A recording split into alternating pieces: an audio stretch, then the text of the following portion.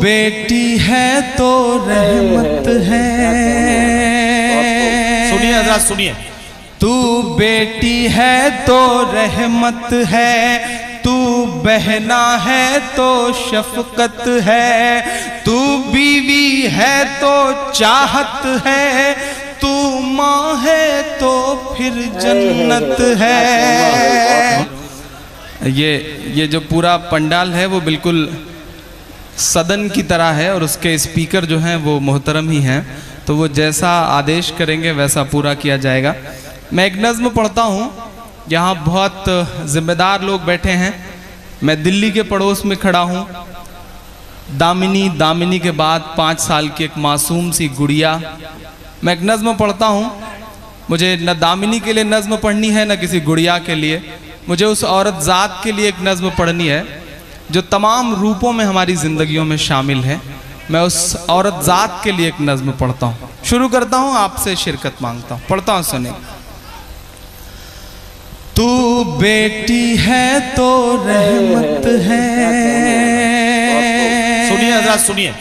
تو بیٹی ہے تو رحمت ہے, تو بہنا ہے تو شفقت ہے, تو بیوی ہے تو چاہت ہے, تو ماں ہے تو پھر جنت ہے.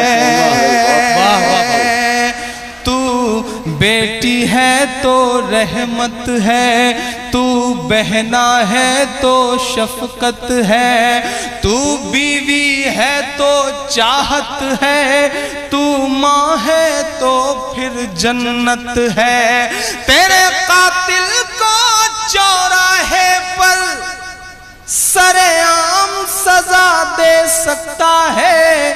اگلا مصرع سچا ہو اور آپ کے من کا ہو تو مجھے دعا دینا. تیرے قاتل کو چوراہے پر سرعام سزا دے سکتا ہے, ان بلاتکاریوں کو کیول اسلام سزا دے سکتا ہے. اسلام سزا دے, اسلام سزا دے سکتا ہے. واہ.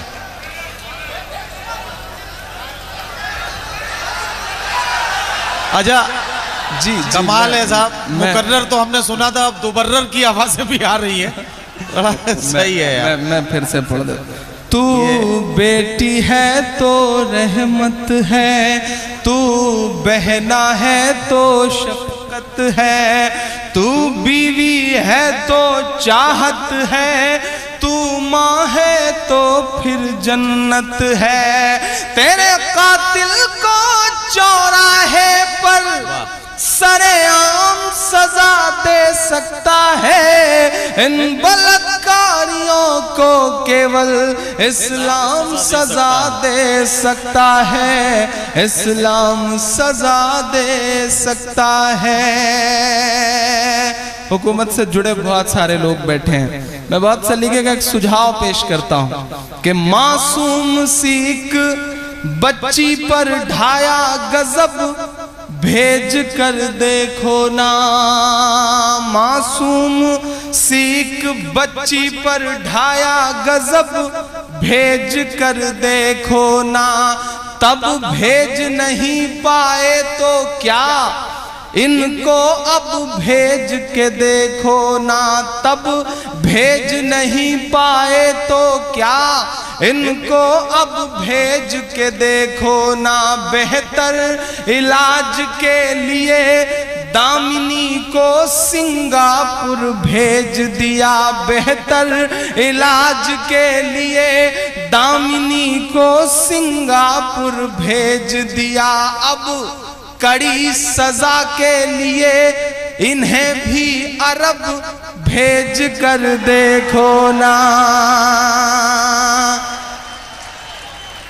قانون وہاں